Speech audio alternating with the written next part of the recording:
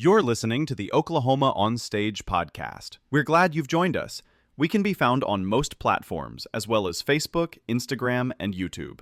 If you have any comments or questions, we'd love to hear them. So drop us an email at oklahomaonstage@gmail.com or use the comment form on our website, which is oklahomaonstage.org. If you like the podcast, please share it with someone. And now, sit back and enjoy another great episode.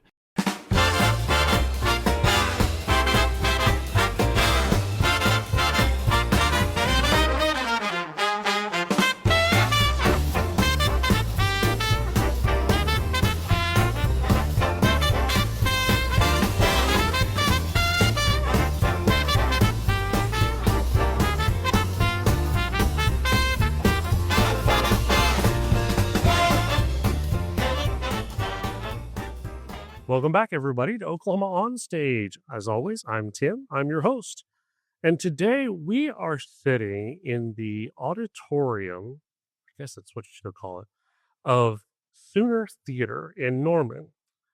And I'm sitting down with someone who has shaped the artistic heartbeat of Norman for more than 2 decades. She's celebrating 23 years as the director of the Sooner Theater, a historic landmark that has become one of Oklahoma's most vibrant performing arts centers. She's a professional actress, choreographer, director, educator, leader. She's a 2026 Governor's Arts Award recipient for Arts and Education, a 2025 Freddie G. Fellow, and she recently received an honorable mention for the Tony Award for Excellence in Theater Education. From nearly 500 performances as Laurey in Oklahoma to choreographing national commercials, theme parks, and major events, her journey is extraordinary. And today, we get to hear the story behind the woman who helped transform the Sooner Theater into a powerhouse of creativity, education, and community. Oklahoma On Stage family, please join me in welcoming Jennifer Baker to the podcast. Goodness, thank you. That was really nice what you came up with there. You like that? Made me sound important, and I am not. There's all kinds of accolades going on there. Thank you for that. Absolutely, absolutely. So, as we do pretty much with every episode that we do, we just jump right in with the elephant in the room. How did you get started in theater? Well, okay. My mom took me to see the Nutcracker when I was 5 years old. And I said, I want to do that. And then that next summer, let me see, that was Christmas. So summertime, she put me in an acting class with the City of Norman's Park and Recreation Department. And I was a Georgia peach, and I had a little peach cutout board, and I carried it out across stage. I never had one line. Still bitter about that. No, I'm kidding. I didn't have one line, but it changed my life. And it happened right there. I was 5. And I don't know. I was one of those nerds that, not nerds. I was one of those people that would sit in front of the TV, once a year when The Wizard of Oz came on or White Christmas and just cry because I wanted to be in it. Sure. How do I get in that? And so, we didn't have a lot of money, and we, my parents did the best they could. And, they, thank goodness for some scholarships, but they stuck me in everything arts related they could get me in. So I'm thankful for that. Very cool. Mhm. So you're a Norman native. Yes, I am. You graduated from the University of Oklahoma with a BFA. Went on to a acting and choreography career in New York City. Yes, I lived there, but I was never there. I was always on the road working. But you get out of college and they're like, well, you have to go to New York to make it in the arts. That you just got to go. And I was trying to find a way to, well, can I just stay here and make something out of something? So I was living there and just worked hard to get back to Norman. So very cool. And it's a good thing you came back. So you've done choreography for Oklahoma Lottery, Riverwind Casino, Taco Mayo, among others, theme parks and national event choreography. I mean, the list just goes on and on. Film, TV, commercial, Hallmark movie appearances. Well, just one, but that was a bucket list. And again, I didn't have any lines. So we got to work on that. Yeah, I'm a sucker for the Hallmark film. I've got the mug and the sweatshirt, and I watch all of them during the holidays. So Okay. So you have started leadership programs. You've been involved with leadership programs, Leadership Oklahoma, Leadership Norman, all the awards that you've won. So tell me, what was the biggest lesson that you learned during your time in New York City? well, I think what I just hit on is you don't have to live in New York to make a career, to have a career in the arts. And, when I came back here, I came back in 99, and my husband and I, then boyfriend, we were, long distance for about 7.5 years. So when we decided to get married, he also was from Norman, but not living here. Um, yeah, came back in 99 to get married. And at the same time, I get a letter from the university saying, you've got 3 hours to finish or your degree. We're going to add another 4 semesters to your degree. So I came here, I got married, I finished those hours, and I did go back on the road for a little bit after being married. And then came back home because I was pregnant, and I was in a dreamy season at Bucks County Playhouse too. I was doing Miss Mona and did a pregnancy test in my costume before I went out. Found out I was pregnant. I was like, oh my gosh. So I just gave up the rest of that season, came home and told my husband, surprise, we are having a baby. And I never went back. But yeah, I think this came about while I was sitting here trying to figure out what I was going to do in the arts. And I got a call that said, why don't you join the board of the Sooner Theater since you're here? And I thought, well, what do they do? I knew they had a concert series, and I didn't know what they did. So I attended a board meeting, and a theater consultant happened to be there. They had brought in a theater consultant that said, they didn't know what they were doing. They'd come to a crossroads, and he said, you need to hire a staff and maybe produce your own shows here instead of just promoting some concerts. And it was a rental venue, I know, but so I applied for the job and got it. And so you can make a career in the arts. When was this? This would have been 2002 that I was on the board. And then I started January of 2003 as artistic director. And then a couple months later, they changed my title to executive director. So I don't know why, but that's what I am to this day. So who knows what the difference is in any of that? This thing, that thing, whatever. I think I thought I had to go to New York, and I just had to sing and dance, and I didn't study. Thank goodness I was choreographing, and that it was a passion and a skill that I had developed through the years. But you think you just are going to be a performer. There's so many jobs in the arts that people don't think about. I did some stage managing, loved it, absolutely loved it. I think I would have loved to be a company manager.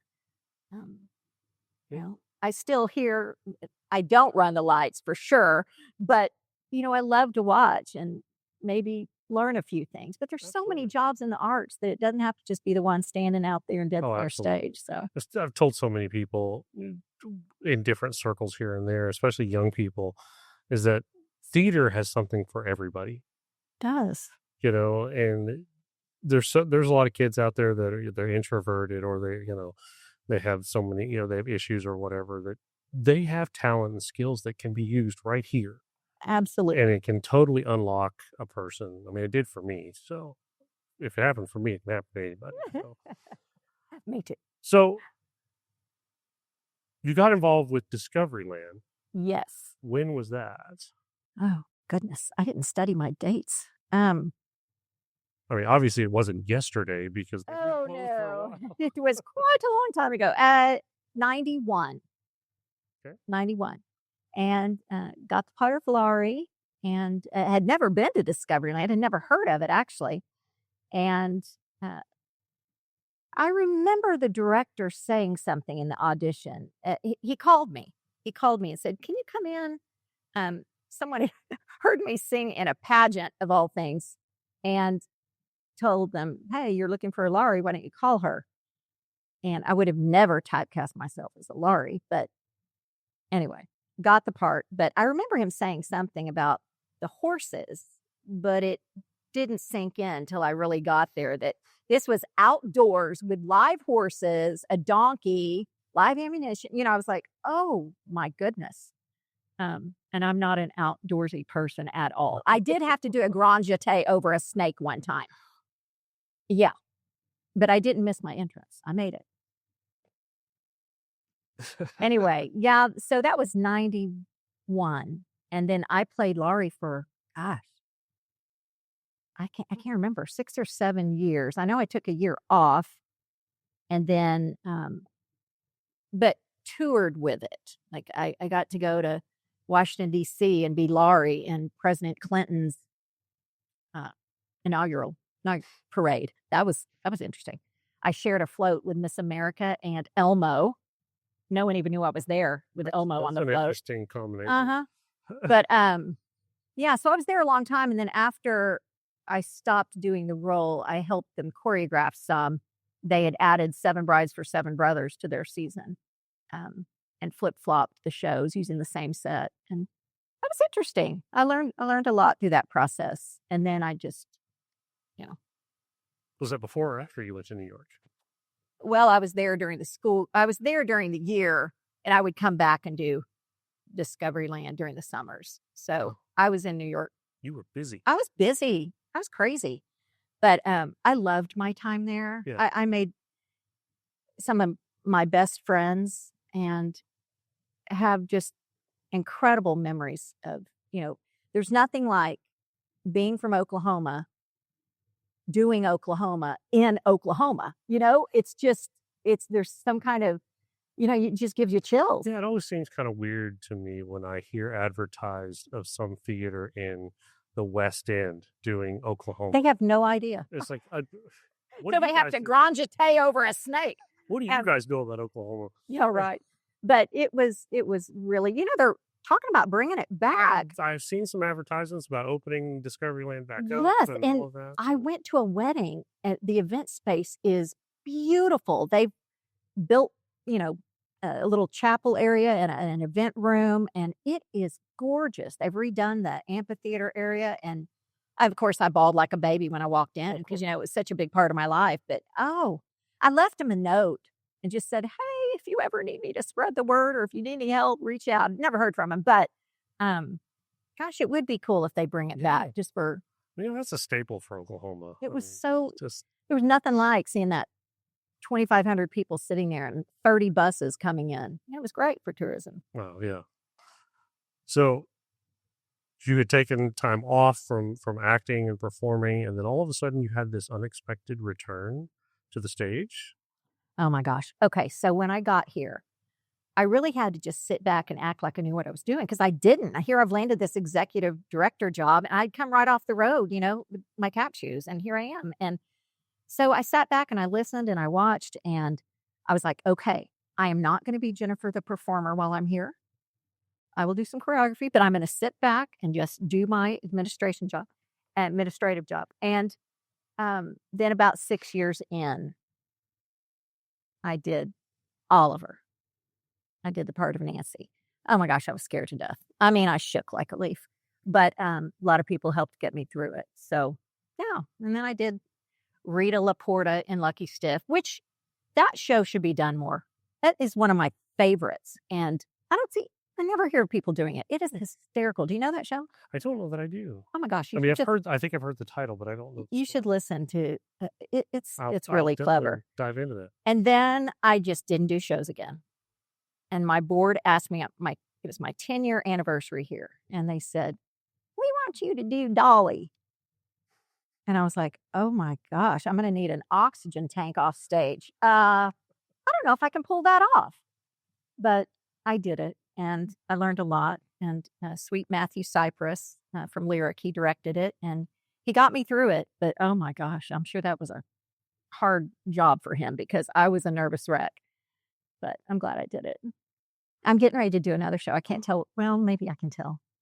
I'm going to do a little bitty part in one of our upcoming shows.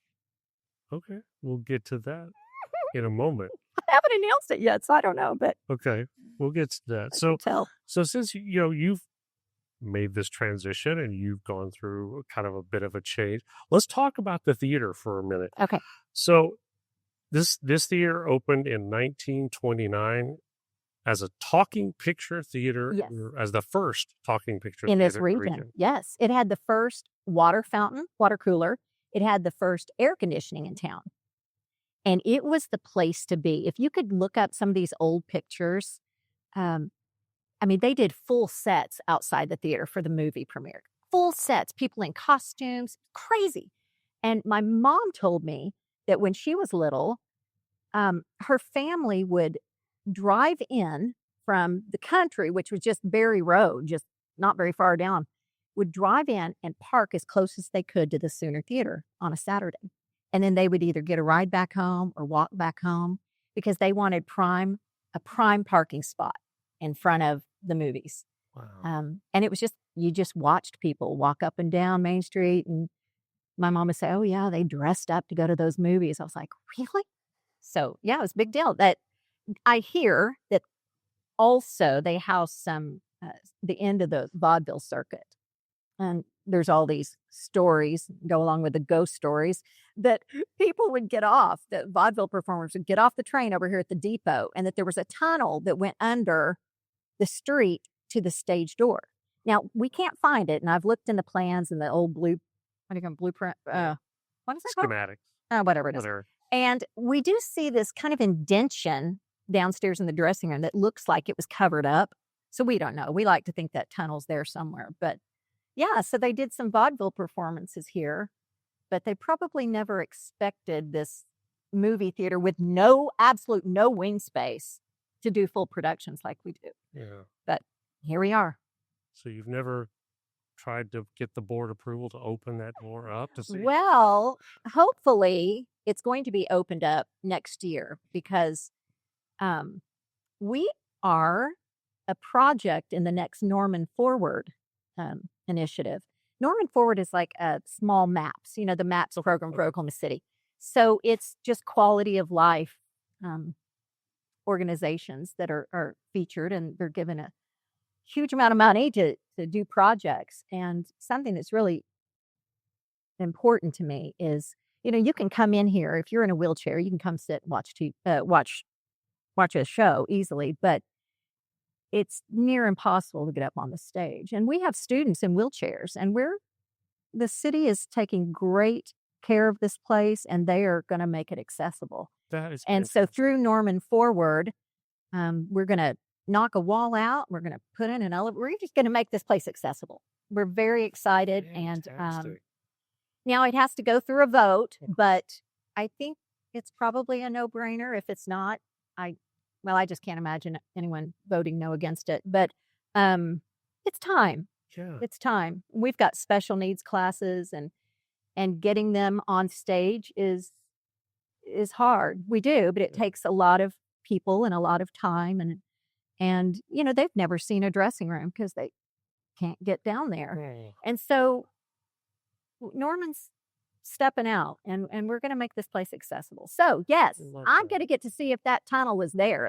I brought it up in one of the meetings. So I was like, I know it's there, but we'll see. That'll be great. Yeah. I love to hear when cities and towns support the arts. Yeah. I love Norman that. really supports the arts. I just, it's always a little scary when you go in and you think, oh, it has to go for a vote.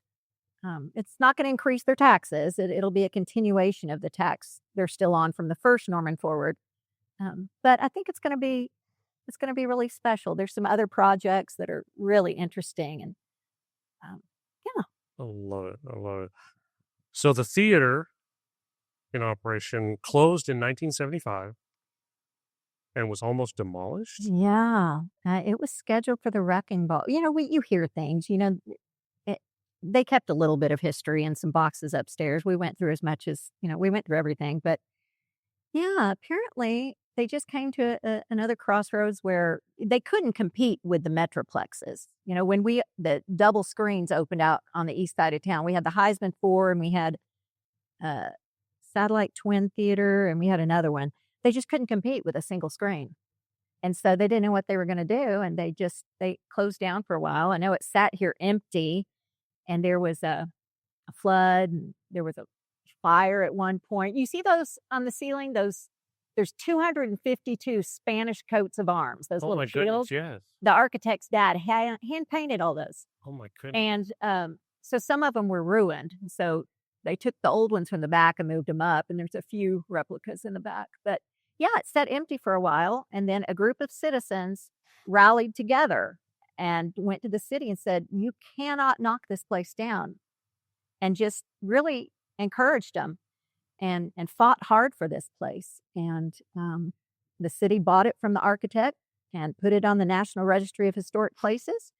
They started a board, a nonprofit and a board, and they did good work. Some really talented, forward-thinking people have been on the board of this place for many years. And we're so thankful for them. We're thankful for that group of people. I run into one of them. Her name's Margaret Thurston. I'll see her every once in a while. And I think both of us get tears in our eyes when we talk because she'll say, how's my little theater? And I'm like, well, thanks to you, it's going really well. Yeah, still that's awesome. Still going strong. So it reopened in 1982 as a performing arts center. Mm-hmm. And then under your guise, shifted from a rental venue to a full performing stage starting in 2002, 2003? Yeah, 2003. So when I interviewed for the job, mostly it was about bringing musical theater to Norman. Because when I was growing up, and I told you my parents put me in whatever they could find to put me in, there wasn't musical theater. No one was doing musicals. You had your dance studios and you had your church choir and your school choir. But in Norman, our high school was 11th and 12th grade only. And they did a high school musical, but you couldn't be in a musical until you got to the 11th grade. So my whole deal coming back here was, hey, we need to do musical theater for kids that were like me, that, needed that extra, we need to do a musical. So the whole interview was about that. I wanted to start a studio. That was kind of my plans before taking this job was if I'm going to live in Norman, I'll probably start up my own academy, and so I just did it through the Sooner Theater, but it was a colleague who I had cast in a show. She said, why don't you do a camp? And I was like, a camp? And she goes, yeah, she had been with a company that had done like an opera camp. And she said, we've got this. And so we started with a camp and, the production wasn't great, but the experience was, and it grew from there. We got better, but yeah, that's how it started. And that was 2023. We started with 31 kids. We have over 1,300 now. Oh my goodness. I know. That's crazy. That's crazy. That's amazing. So what does it mean to you to lead a theater with nearly a century of history attached to it?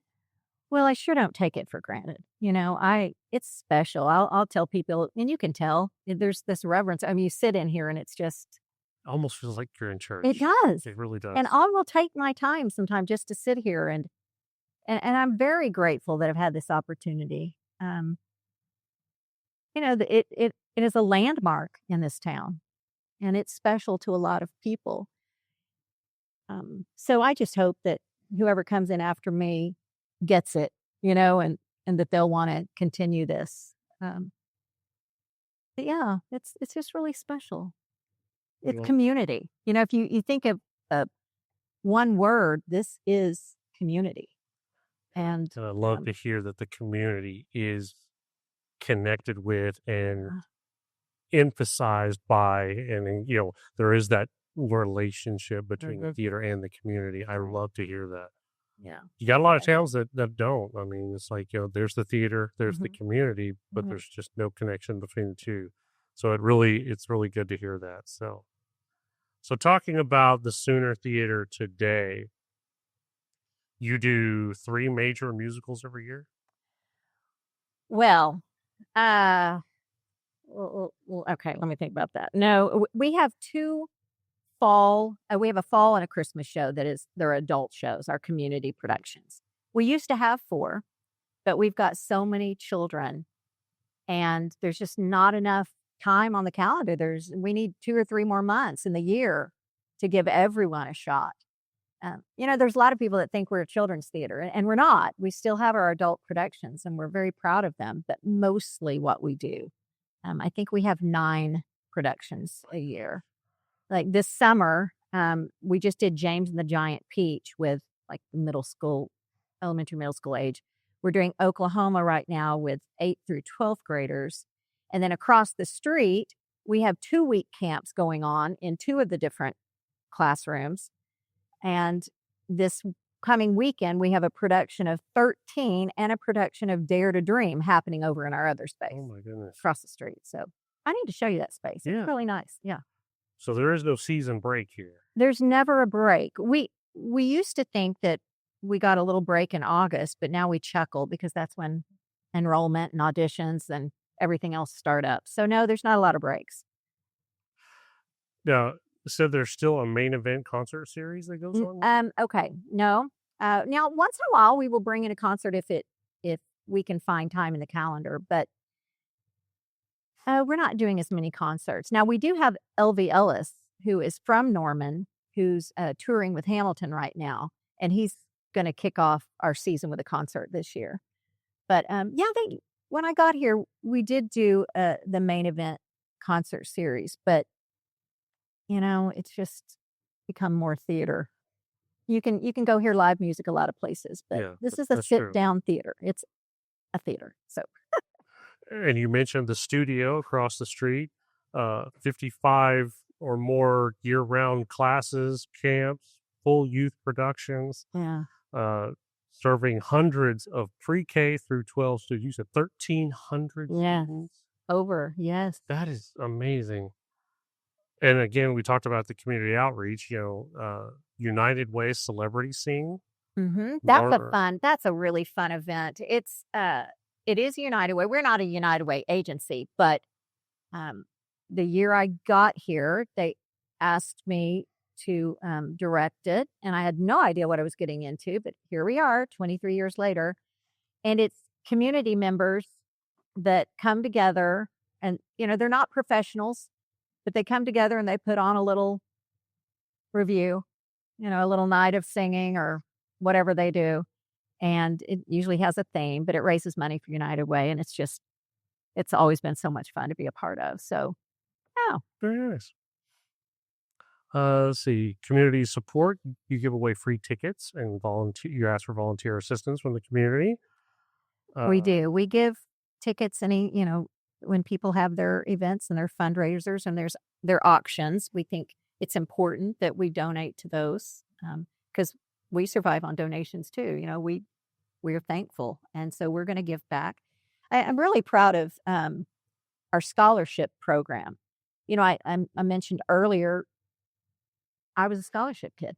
I get it. I know how important they are. It changed my life. And we're really proud. And just this past year, we gave $81,000 in scholarships. Wow. Yeah. So there's a hunger there. There's a need. And we've got a philosophy that, we're never turning a kid away because they can't afford it. We don't want them to know they can't afford it. We just need their parents to come up and say, where's the scholarship form? We're proud of that. And, I take it personally because what it did for me. And so $81,000, it probably makes no business sense whatsoever for an organization our size to give that much back. But we're going to find a way to make it happen. We're not going to say no. So, awesome. Yeah, I'm proud of that. My team, they work hard. They do a good job with all of it. I like that. So we talked a little bit about James and the Giant Peach and Oklahoma for the summertime. and what's going on. What does the season look like here at Center Theater? You mean like what's coming up, or Oh. what does the season usually the time? What has come this year? What has already happened this year? Okay, And well, what's coming? You think I'm going to remember? Let me see. It's a test. Well, I'm going to fail it. I'm going to have to read what our season was. We did. My gosh, I am too old for this. Okay, we did Matilda. Okay. It was wonderful. Oh my gosh, it was so wonderful. And then we did Scrooge. Those were our adult shows this year. And then we have an annual murder mystery fundraiser, and that's always a hoot. Okay. So that counts as one of our adult shows. But yeah, that's what we did. But if I were to think back on the kids' shows, oh gosh, our high schoolers did 42nd Street.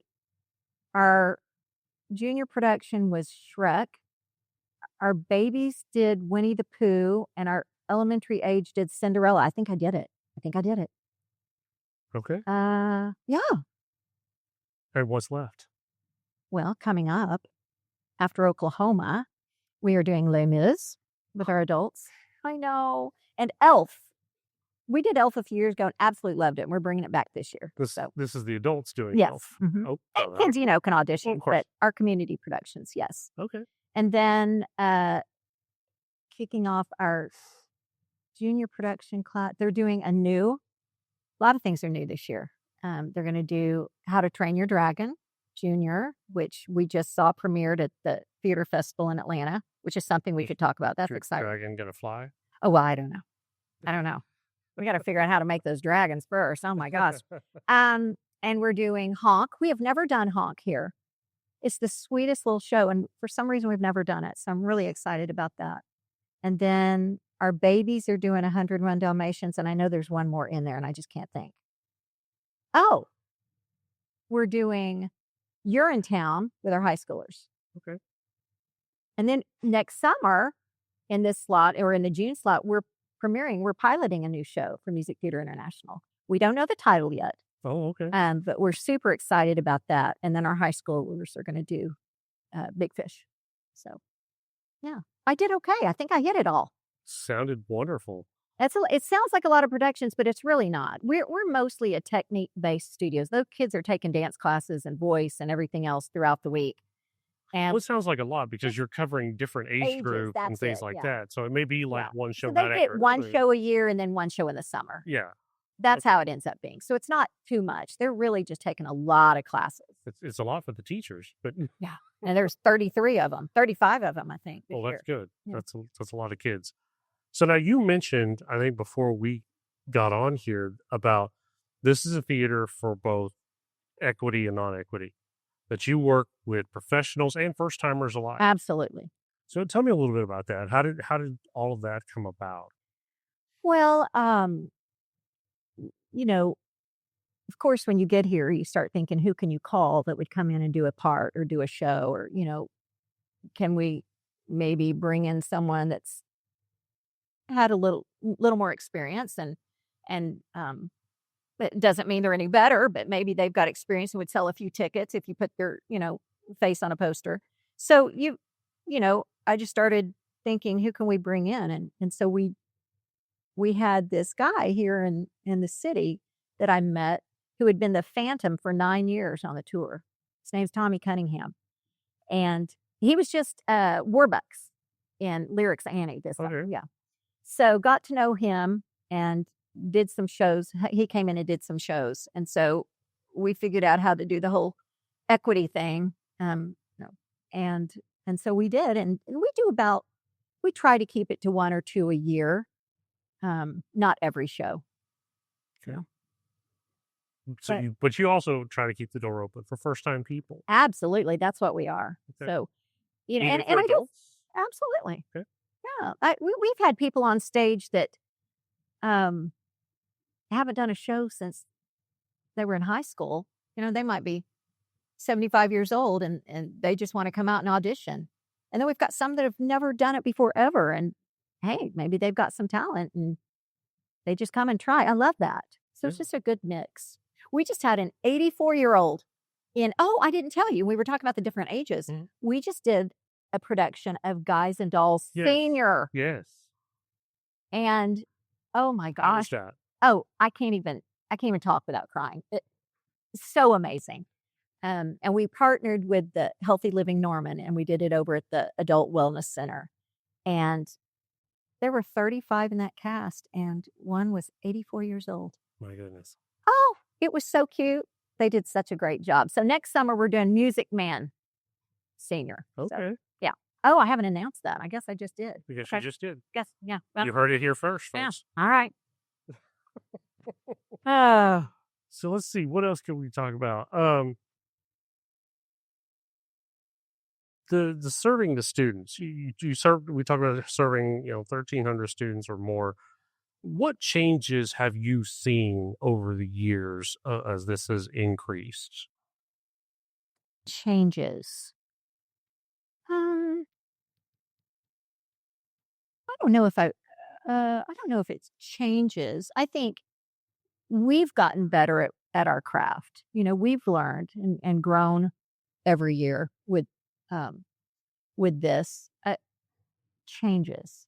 I don't. My wife and I were just talking the other day. We were listening to I have Sirius XM in my truck, and we were listening to the Broadway channel on Sirius XM, and of course it covers everything from the 2000s all the way back to the 30s and 40s. All right.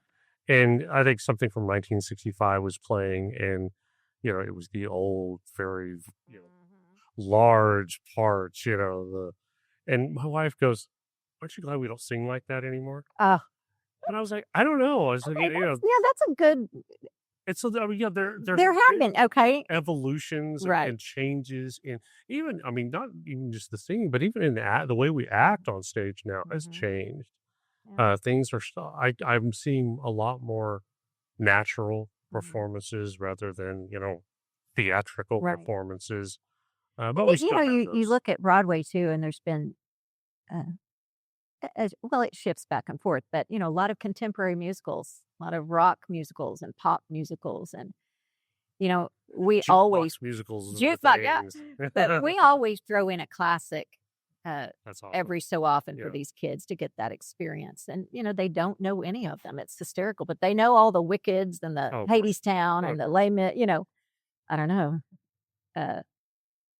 Les Mis might be a classic now. What is that in the 80s? So yeah, that's been all the way back there, Yeah. So I think that's a change. I think everyone really likes the contemporary musicals, and Well, you might as well jump on board because everybody's doing "Come From Away" this next. oh, I So, know. I know. the whole- I knew it was coming, and I was like, well. It's like I saw the announcement come out that the license was available, Mhm. and it's like that beginning of the summer when all the theaters start announcing their season. It's like a dozen of them have announced they're doing "Come From Right. Away." I was like, people are going to get tired of that show, Right. and I hate that because it's a Oh, it's wonderful show. beautiful. Yeah, the music's Wonderful show. incredible. I think, just like the Vault opened up and Les Mis was available and jumped on that. But yeah, it's been interesting to.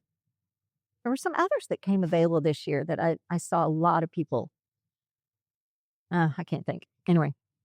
So looking to the future, Mhm. okay, you've brought it this far, Well, changed it. my team brought it this far. I'm just walking alongside them. Oh, no, you must be doing something right. I say I think if I could really, if there's one thing I feel like I have done right around here is I have assembled the best staff. That's what I mean, makes they're a true just, leader. they're not just doing it because it's a job, they believe in the mission. And our mission is just simply to change lives. And they believe in it. And they don't give up, and they don't treat a kid production like it's a kid production. It is as important as an adult production. Absolutely. And they just go the extra mile. So, yeah. Yeah, that's awesome. So, like I said, looking to the future, where do you see Sooner Theater in 5 to 10 years? Well, if this Norman Forward package goes through, and if the expansion happens, and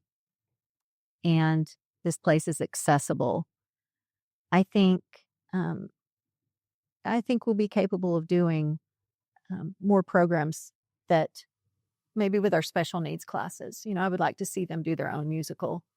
And there are some programs that are out there that we could, follow the lead on. But That's something I think about is, we're just limited right now Mhm. until that happens.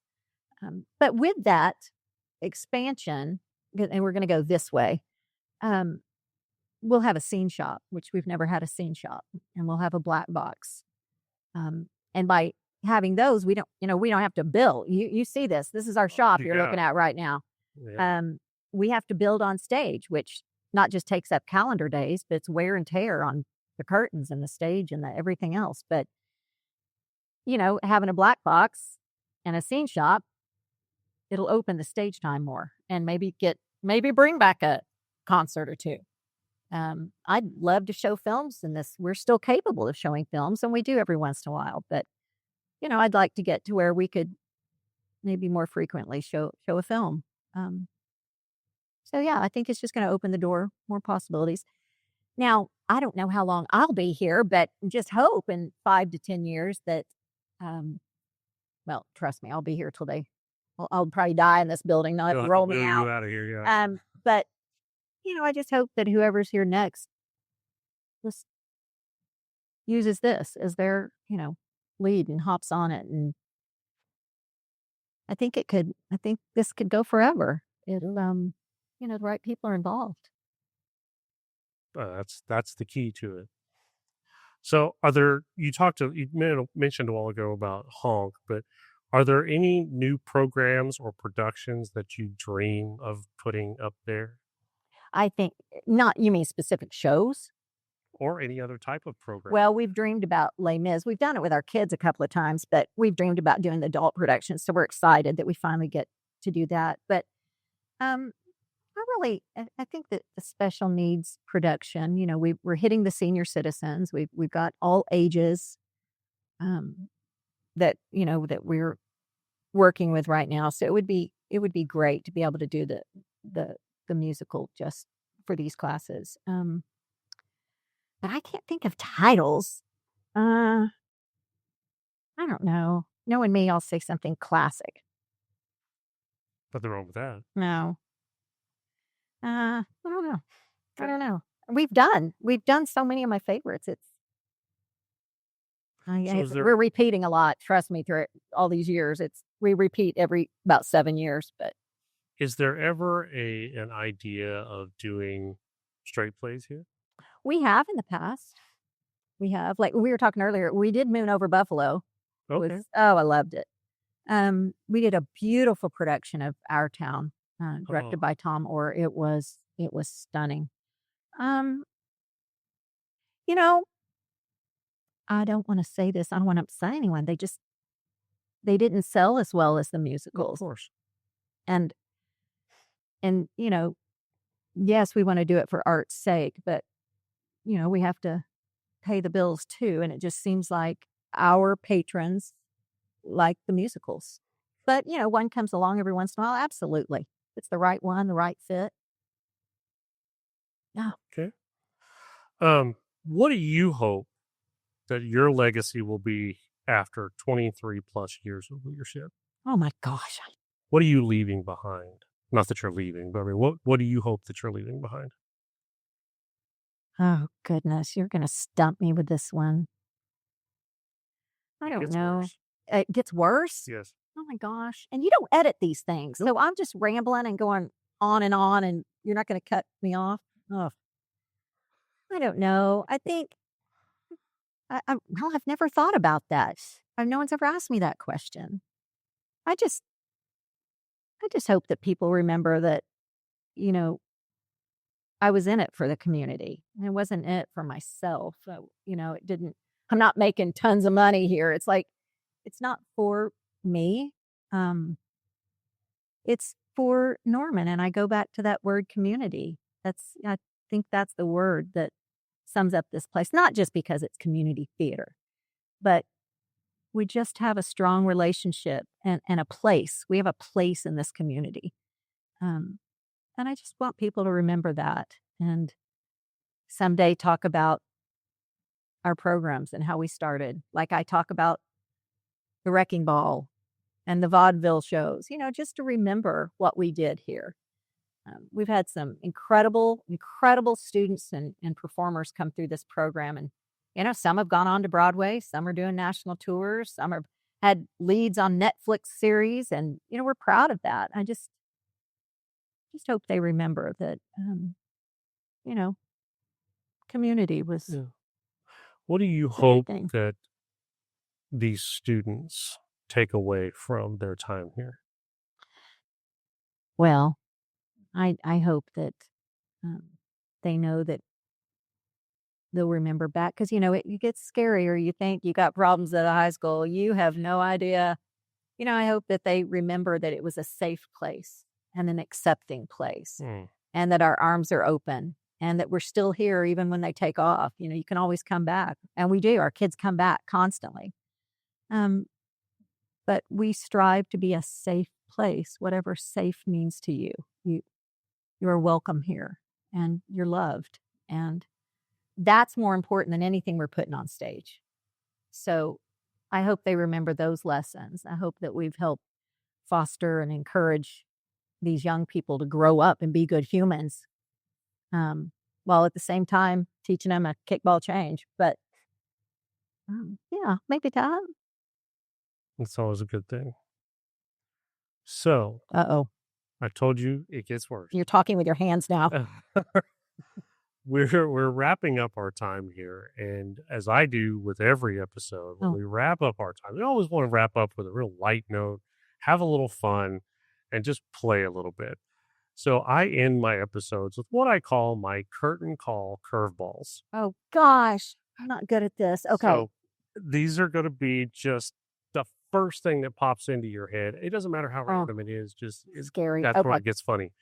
But literally, just the first thing that pops into your head, and we'll go through these. We'll kind of make this a lightning round. We'll go through these quickly. Oh gosh. Okay. Okay.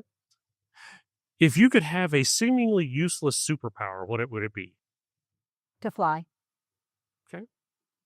What's a role that you've never played, but you've always wanted to?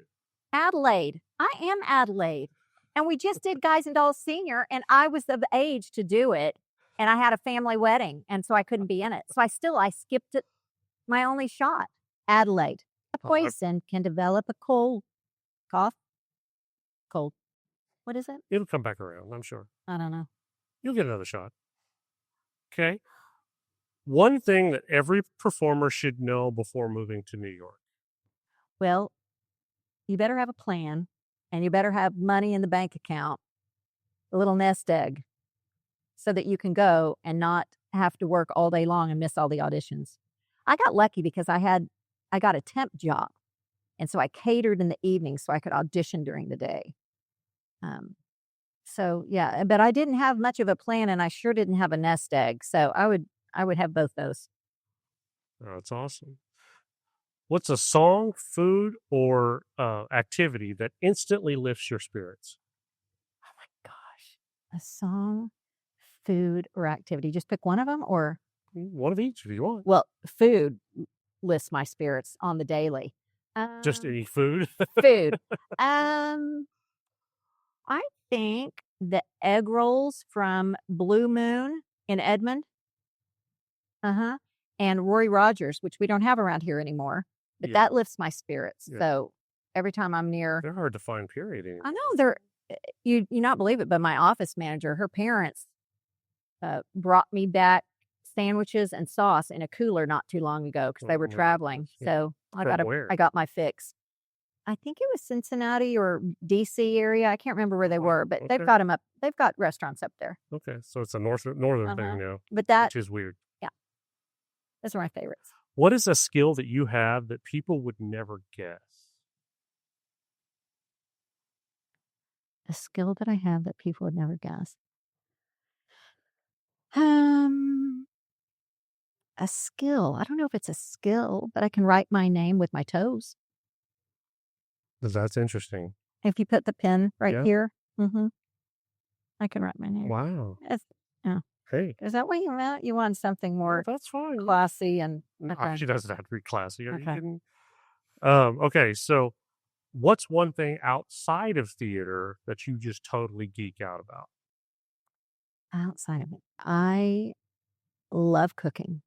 Really? Okay. Mhm. I love to cook. I love to experiment and to make up things. And yeah, and I've been on this low carb keto thing for the last few years. So I've kind of changed my lifestyle, they say. But I love to create things. Yeah. And I was posting little tips and tweaks. Every once in a while, I'll post a tips and tweaks for this new lifestyle I'm eating. But I love to cook. I think I would have, A particular style of food that you like over others? no, a savory. I'm not Okay. a good baker. Yeah. It's a science. You have to follow I can't do that. Yeah. I mean, I'm a rule follower in life, but not when it comes to cooking. I want to taste and sample and tweak. And I don't know. I love cooking. I would have loved to have had my own cooking show. That could be fun. Yeah. Well, I almost did. Well, not really. Well, sort of. So my cousin was president of OETA for a while, and I had gone to him and said, I want to have a cooking show, and I've got a plan. And I called it Sing for Your Supper. So I was going to go interview people, and they would sing a song, and then we would cook in their kitchen. And that was long before Emerald and all these fancy cooking shows. It was a long time ago. But sometimes I think back, dang it, why didn't I do that? I'd have loved it. But anyways, that's it. Okay, sorry. Would have been a great partnership with Justin Wilson. Oh my gosh. I could watch him for hours. For Even hours. Even still. Yeah, you pull up the YouTube. Oh, Oh, yes. he's so good. Oh, I haven't thought about it. My in a while. grandmother got me hooked on him, and I couldn't forget it. Oh, wonderful. So you get to grab one snack from any decade. What are you bringing back? Bringing back? Yeah. Well, I already mentioned Roy Rogers. I would bring that back. If I win the lottery, Norman's going to have a Roy Rogers. Fair enough. Fair enough. If your personality were a weather forecast, what's the prediction? Oh, good Lord. Don't do that, get worse. I mean, oh my gosh. What's the prediction? Yeah. What's coming? Oh gosh. Okay, that is a stumper. That's not fair.